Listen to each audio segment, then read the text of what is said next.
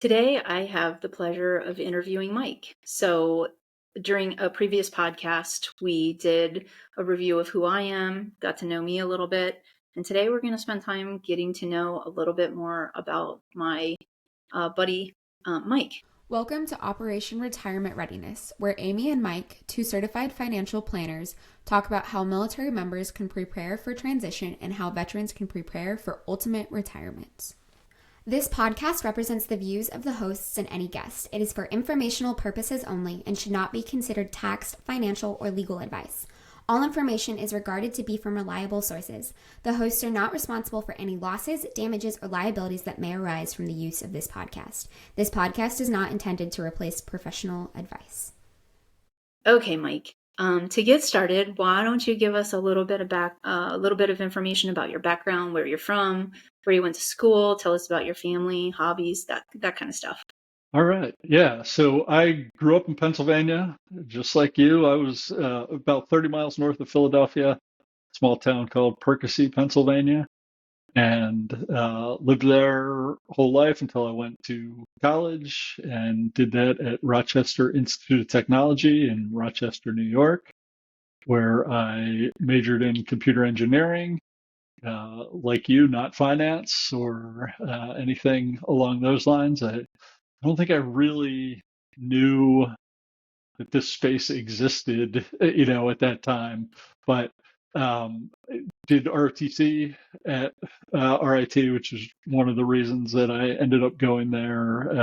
They had a pretty good deal with the ROTC scholarship I got, so ended up there.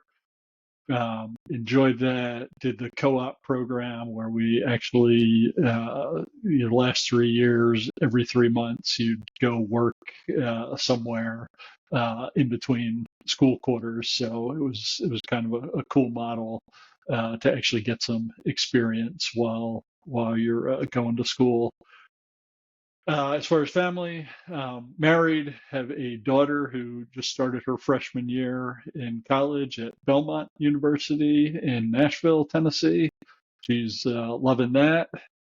And I guess right now live outside St. Louis in Missouri, on the Missouri side of the river.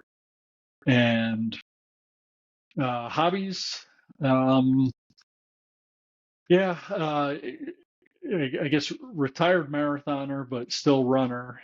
And I also do, one of my favorite things is live music. So concerts, enjoy traveling for those, and that's a lot of fun.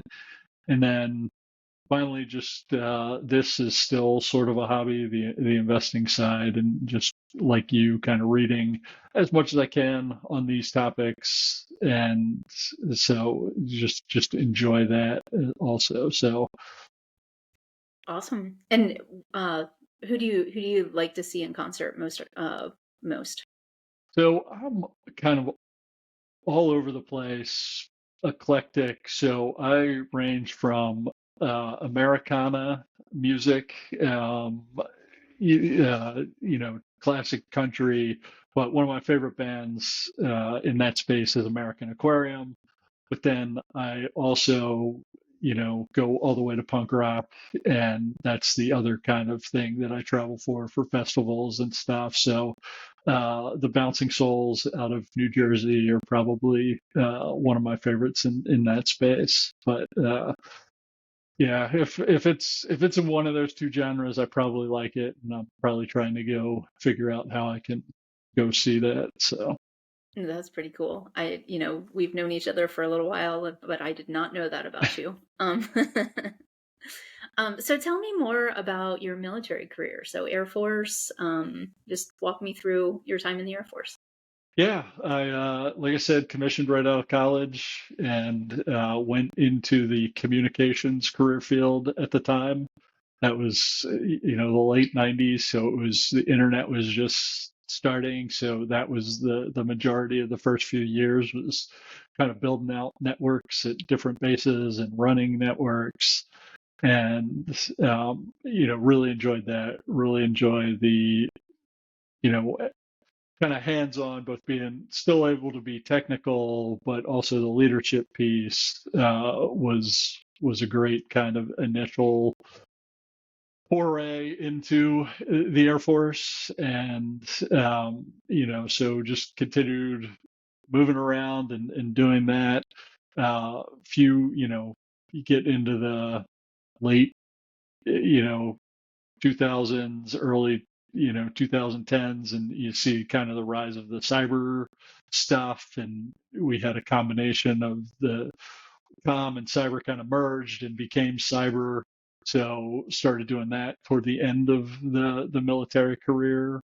Got the opportunity to go to school a bunch of times, which was, interesting. The Air Force sent me 3 different times to get master's degrees. I guess I, you know, wasn't very smart. I didn't get it the first time, so they kept sending me back. But, those are good. And then finally, culmination of the career was as the mission support group commander out at Vandenberg, now Space Force Base. When I got there, it was Air Force Base, and we did the transition right before I retired. But so yeah, it was a great career, and that was an interesting job because basically I was the city manager for 100,000 acre base that launched rockets. So it was a really cool assignment. Yeah, that sounds amazing. And I can just imagine, the technical changes that happened over, from the 90s. I didn't mention, but I was a data processing technician in the Army or in the Navy Reserves before I went to the Army, and we had to learn how to do punch cards. Um, so I don't know if you started with punch cards, but tell me about the transition, just technical transition, Yeah. if you don't mind. No, they were still around. I never did that directly, but yeah, it was the very beginning.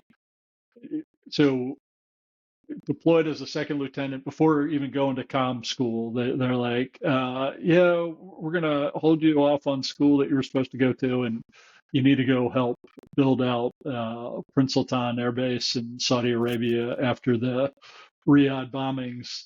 So went over there, and we were still doing networks of coax cable at the time, and copper cable was primary. Fiber was, very nascent, and we did some of that as we were building out. But so yeah, it went from that to now all the crazy cyber stuff that is out there. It was an amazing, just to watch over the 25 years. So Yeah.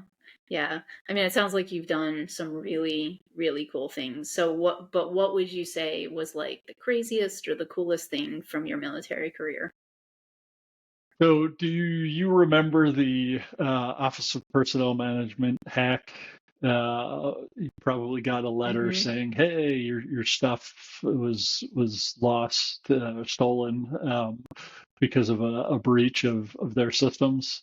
Mm-hmm. Yep.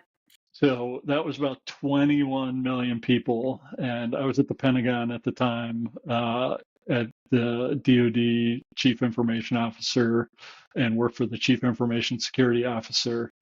So somehow we got tagged to do all those notifications. And I kind of led the way in sending out 21 million letters to all the people that were affected. So that was, definitely outside the wheelhouse. Found some, there's some printing capabilities within DoD.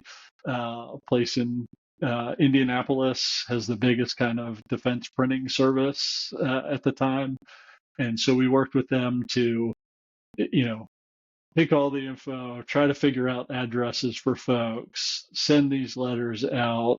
And that was probably the craziest thing that I did. Although there were tons of other cool things that I'm like, I wouldn't have gotten this if I had gone right into finance type thing. So it was a great career. I pretty much loved almost every minute of it.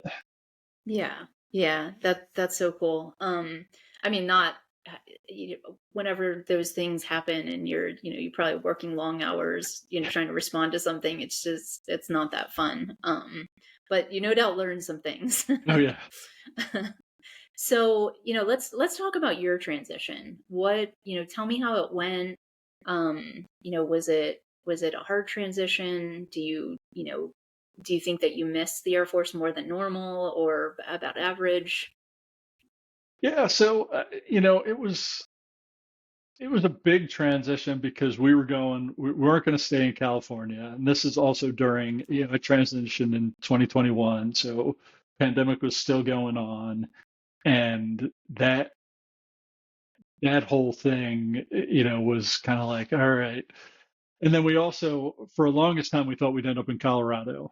That was the plan. We'd spend some time there. We're like, yeah, we're going to go back. But right before the pandemic, I'd gone to do a retirement for somebody that used to work for me there.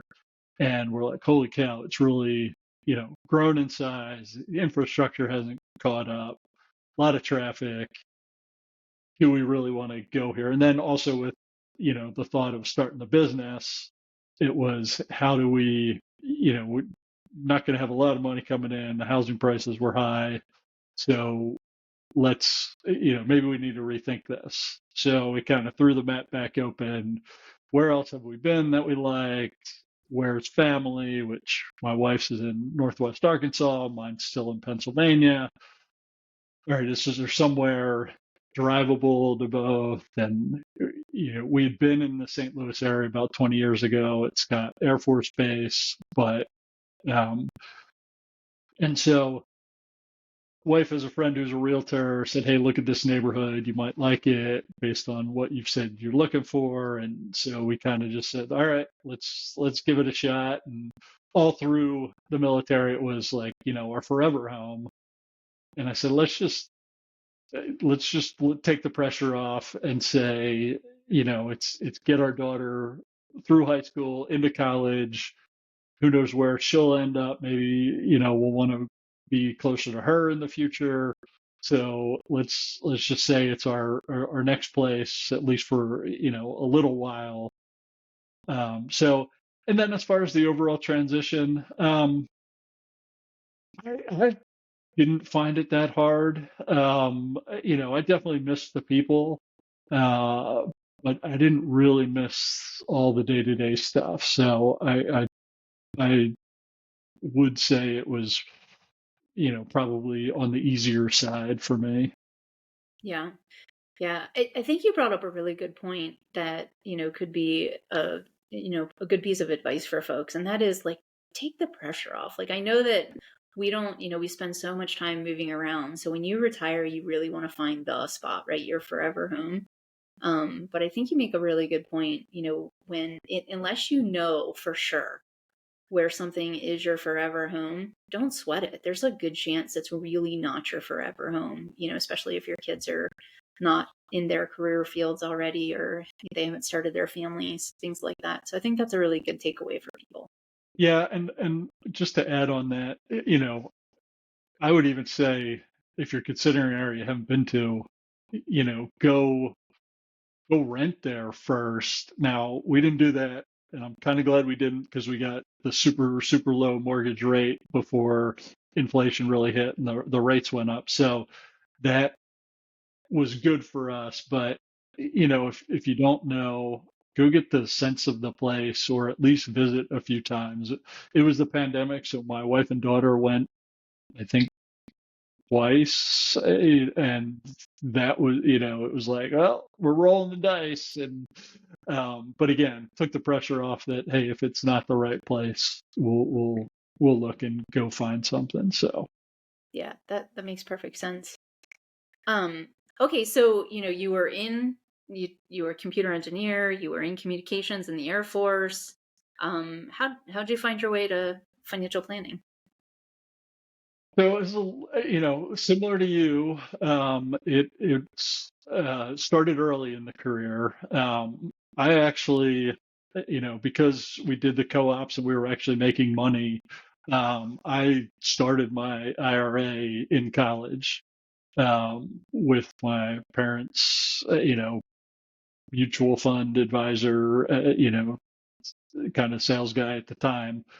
But then I got on active duty and I got sucked into one of those organizations that kind of targets and I'd say preys on military, especially at the time, super high fee mutual funds, selling life insurance that I probably didn't need at the time, uh, to make a buck. And so, did that for a couple of years and I realized this is not working. So at that point, it was like, okay, I'm going to figure this stuff out for myself. Started pulling the books. The internet's growing at this point. Um, Found the Motley Fool, which is more on the stock side, but went headlong into that and just became voracious reader and learner in the space. And along the way, help friends and family out, and just never really considered it for a career until again I was a couple years out from retirement in the last assignment. Realized I'm now out of the cyber business, kind of doing the city manager stuff. So if I'm going to jump back into cyber, I'm going to have to spin back up.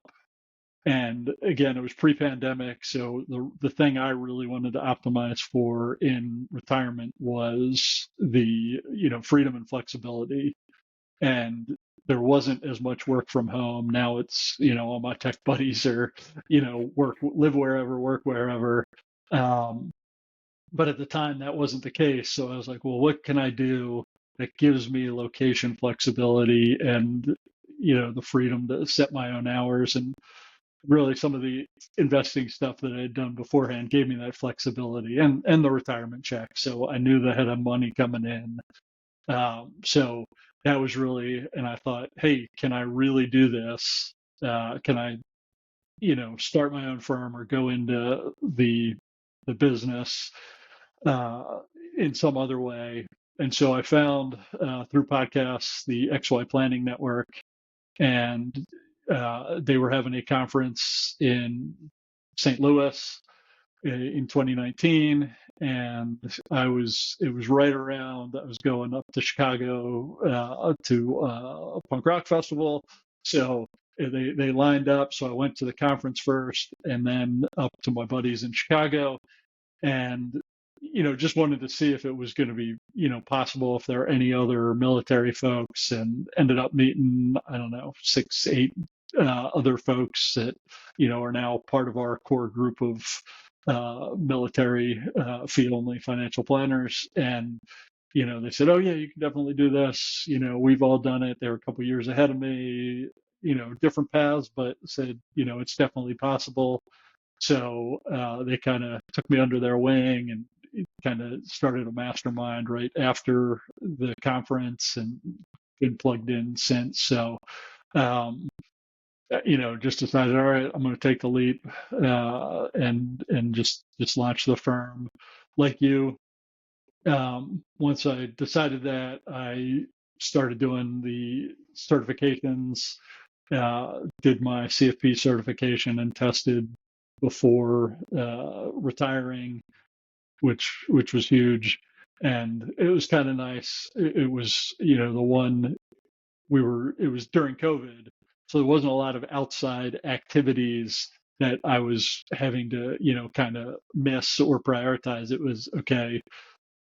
We were running the ops center during the day, and I'd come home after that and just study on weekends, and there wasn't much else going on. So that made that easier than trying to juggle some of the other, if the world had been normal during that time. Yeah. Yeah. Um, it's again, it's so funny how you encounter people that make a big difference in your trajectory. So it's awesome that you linked up with the XYPN crowd and then found the military folks to kind of help. You know, I don't know. We'll say maybe give you a little bit more confidence that this is a viable career path and it can be done. So that's pretty cool. Um, in terms of when you think back about the transition and getting into this space and the time that's gone by between launching and now. Is there anything that you'd do differently if you had it to do over again? Um, I'm not sure. It hasn't been a smooth path. I haven't had the rocket ship of growth, so there probably should be something maybe I'd do differently. Um, but I guess I'm still looking for that thing that I go, oh, that's really working. But, as far as what I've done and, the folks I've been able to help, um, yeah, I don't think there's that much that I'd change. I'm still enjoying it. And that's, that's the biggest thing. Say, find something that you do for free. And, well, I've been doing that for, the first couple of years. So, um, I probably would, even if this wasn't, even if I could get paid for it, I think I'd still, try to find some way to do this, because I do enjoy it. Yeah. Yeah.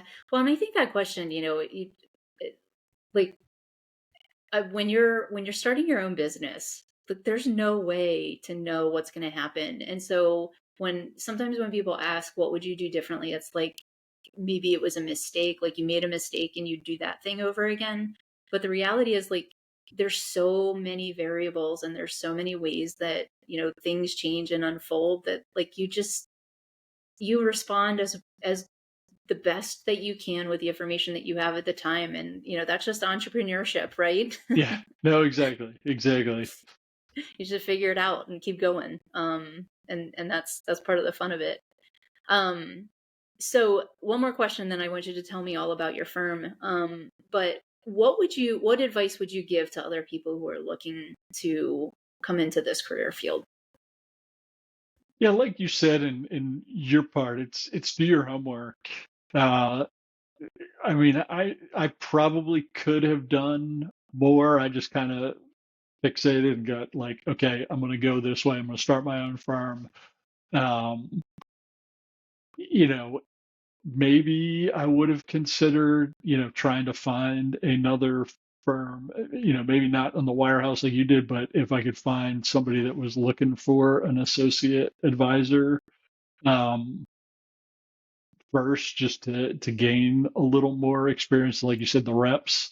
Um, I mean, I don't think it's necessary. The other piece is just make sure your finances are in place, if you're going to launch the business, because it can take, a couple years till you're back making money. So if you need those dollars coming in, this may not be the right decision. It may be working somewhere first, building up a cash reserve, and then being able to launch your own. So I guess those would be the kind of two things. Yeah, and that's a really good point. And quite honestly, part of why I made the decision that I made, is because I needed a little bit more time to build that runway. So that's a great point. It is awesome to get out and be able to have the flexibility and have the satisfaction of this career. But it's not very satisfying if you're stressed out about your own finances. So that's a really good point. Um, okay, so tell me about your firm. Who do you serve? And then what do you want people to know about you if they're looking for a financial advisor? Yeah, similar, mostly either active duty military, getting relatively close, within 5 or so years of retirement. Uh, Veterans and then retired military are primarily people who I serve. And, kind of one focus area that I have has been college planning, uh, primarily out of, you know, selfish intent, was trying to figure out the best way to use the GI Bill for my daughter, and so really kind of went heavy into that and picking the right school, and just that is a major expense.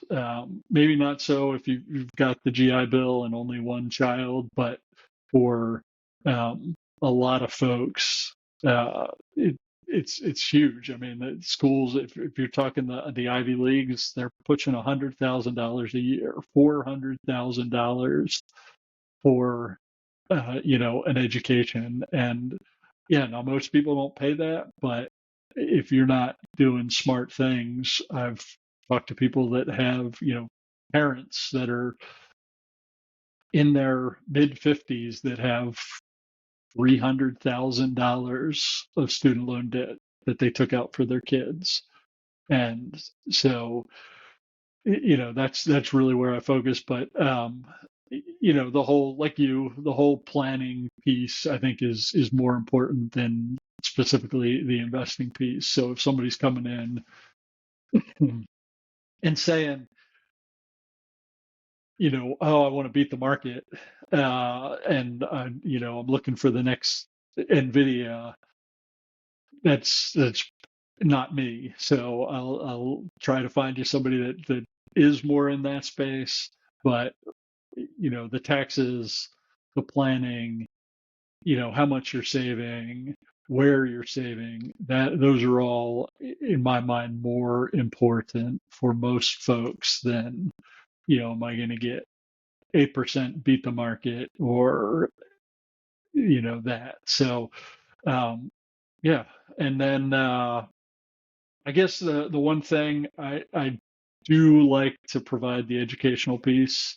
I think it's important. I write a lot. It was some of the reason that we decided to start the podcast, was to be able to put this information out there so that people, knew about, one, that they knew about those decisions, that they should be thinking about them, and doing their own homework if they're DIYers, or talking to you or me, or another financial planner that can really help them. Because I find out a lot of times that people just don't know, and it's like, well, what did a friend or family member do, and it may not be the best thing. So focusing and helping educate people is really one of the things I enjoy about the job.